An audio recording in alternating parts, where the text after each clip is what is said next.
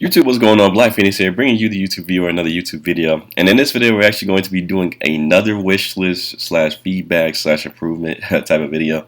We're actually going to be doing a couple of couple of things similar to Madden 16 dissection videos that I did a while back, about 2 patches ago, just kind of illustrating things that I like to see improved, or trying to figure out the reasoning why stuff happens and stuff like that, and just experimenting with a few things here.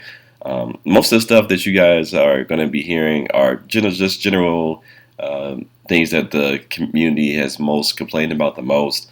But I wanted to go a little bit step further, just go to like the small things that nobody is really talking about too much. And like I said, this is just going to be trying to give feedback and try to make strides to get Madden 17 better. It's a game that we all feel like should be the best Madden game, and hopefully these videos will reach those, get in their ears a little bit, say, hey, this is what we're looking for. This is the type of feedback that you guys have seen, and in action too, so you guys actually know what I'm talking about. I have a couple of notes here that I have typed up a little bit just to kind of keep me on track and everything like that.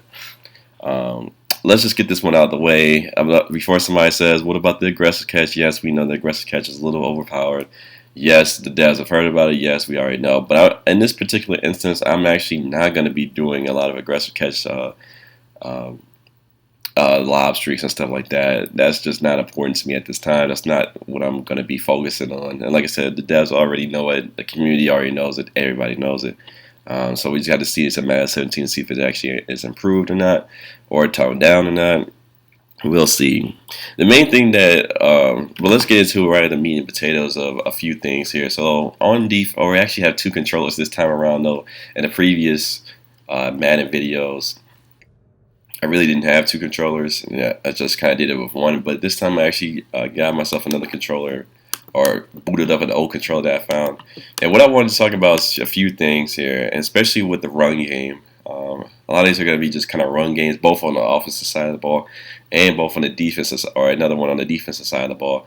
And the main thing that a lot of people have issues with, and I personally have a huge issue with, is the fact that quarters 3 deep and quarters 1-3-7, quarters normal, and sets like Big Dime 2-3-6 and 1-4-6 can stop the run, especially like out of an inside zone and a dive and stuff like that. So what I mean by this is, what I've been seeing a lot of lately, online head-to-head seasons and MUT.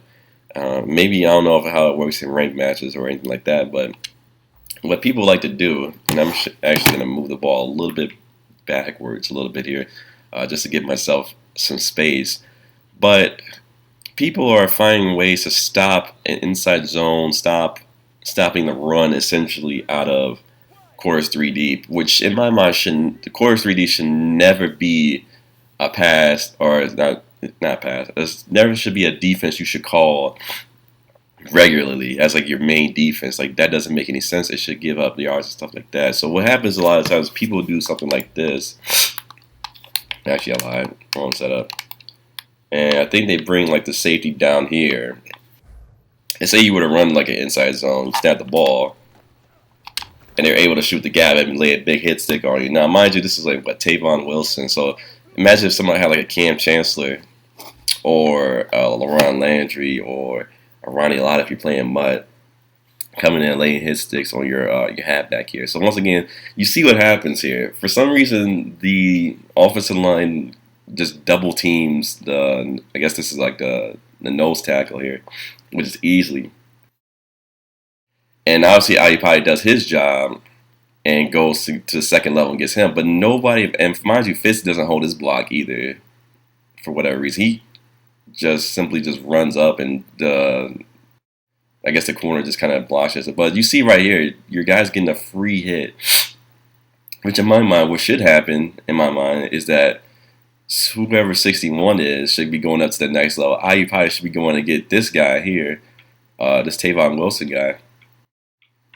And essentially, you should be able to run all over this defense. Now, the other 2 safeties the other 2 deep safeties may or may not should chase the ball, and in that situation, it's pretty much it should be 1-on-1 with those types of defenders in the open field, see if they can make a tackle or not. But this type of thing right here is what kills me so much, is that people love to call this defense a lot of times. And, I understand the logic of the defense. You want to give up anything long and everything like that. And with the one-play touchdown system now, the place with all shot plays, you want to get yourself some extra type of protection against the pass. But this should never work as a run defense. So let's do it again. And then bring like right around here and inside zone. And now you see what happens again. This is the second time it happens. Now Ayupati is completely going somewhere else that he doesn't need to be.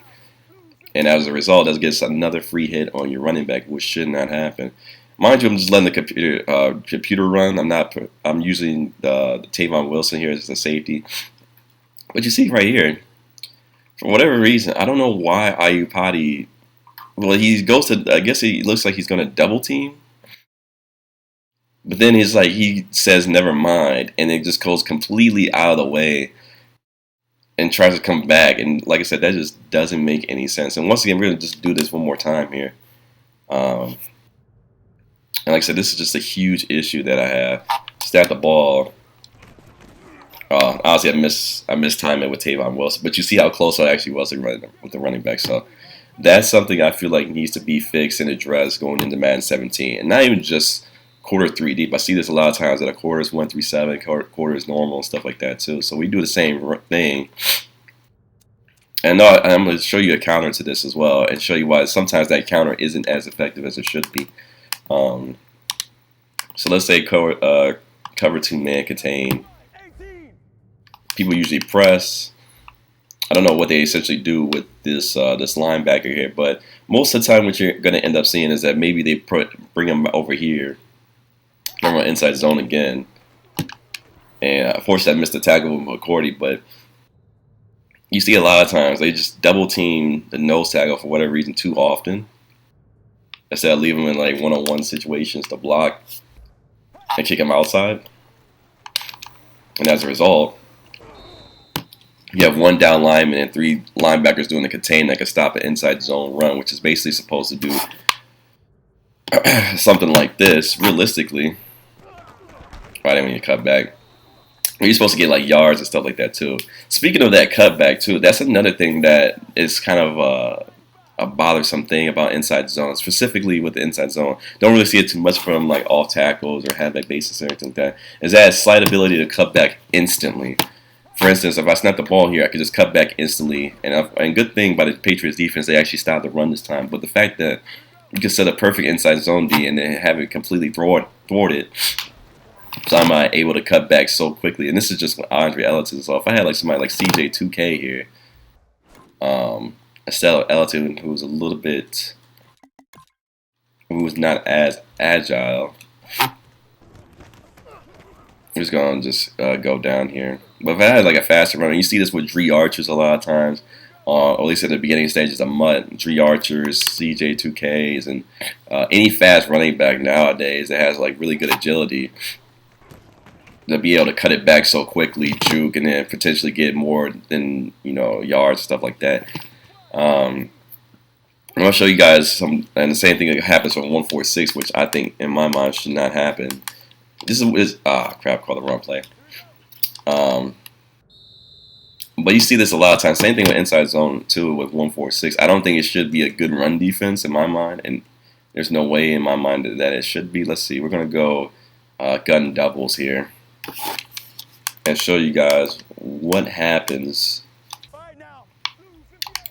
here. And basically, a lot of times, I don't know why this guy is so far up, but a lot of times what ends up happening is that you snap the ball, if I can control both controllers, is that lineman gets in free against the ball carrier, which in my mind shouldn't happen against, like I said, 1 down lineman. If anything, 61 should probably switch. At least this is what I see here. If anything, 61 should probably come over to help. I don't know what 70 is doing. 70 didn't really need to go get him because Gresham's already got him.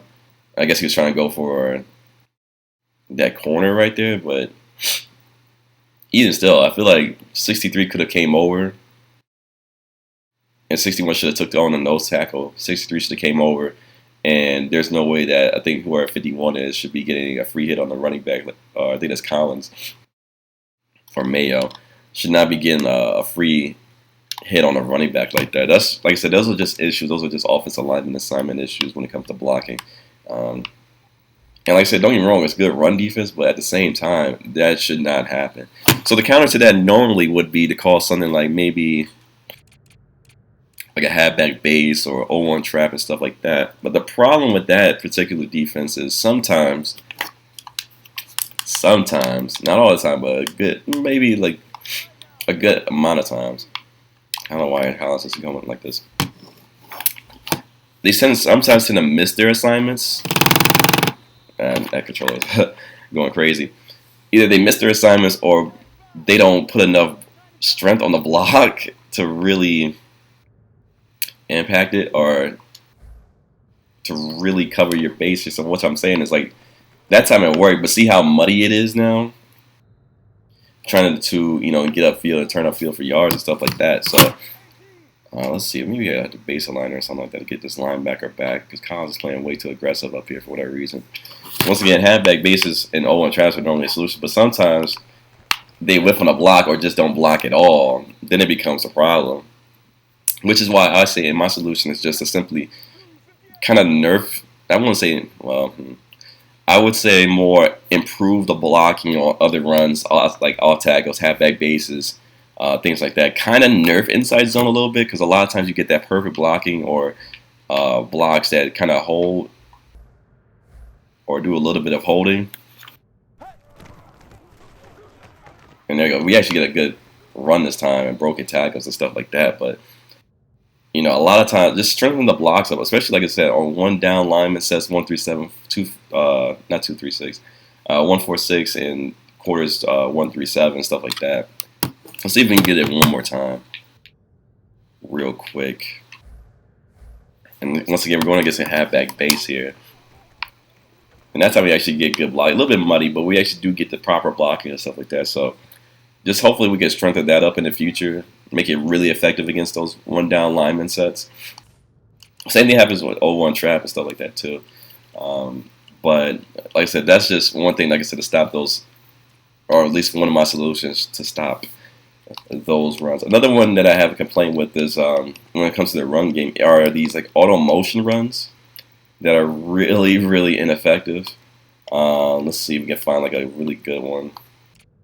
Let's go like ace pair, and let's go with. Let's see, we have a better run that we could demonstrate here. Mainly it's just power O's, like the misdirections, halfback slash. All right, I guess we just have to go power runs for right now. And the one thing I noticed. Let's just call like a cover 3. Let's just go base cover 3 sky before what I notice a lot of times too is just like the blocking is just I notice like a lot of people don't call these auto motion runs, and for good reason too. And I've been experimenting with the reason behind it is that it's kind of obvious.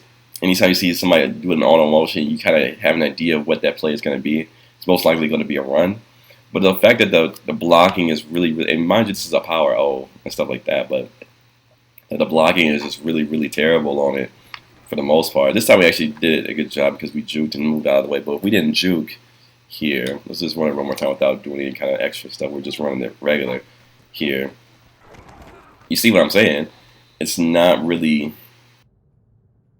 it's just not good at all. I mean, I know the NFL teams do this type of style of running and stuff like that too, but you see right here, I think it's Ayupati again, but you see Ayupati pulls, but then it's like he doesn't see or he doesn't realize that this linebacker's coming down to play and stop the run here. He goes and triple teaming?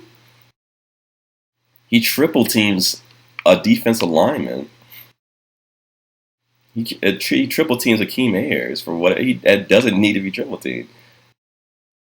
And so as a result, now, and the funny thing is, he actually is turning looks like he's turning his head, and he sees for that split second right there, right? He sees him. He sees this guy. He sees Collins right here. He's looking right at him like, hey, I see you.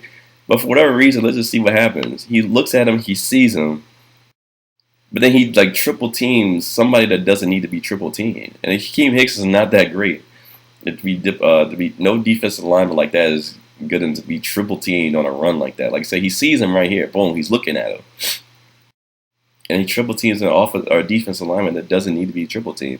And as a result, we get a bad run on the play. Once again, we're going to run this again.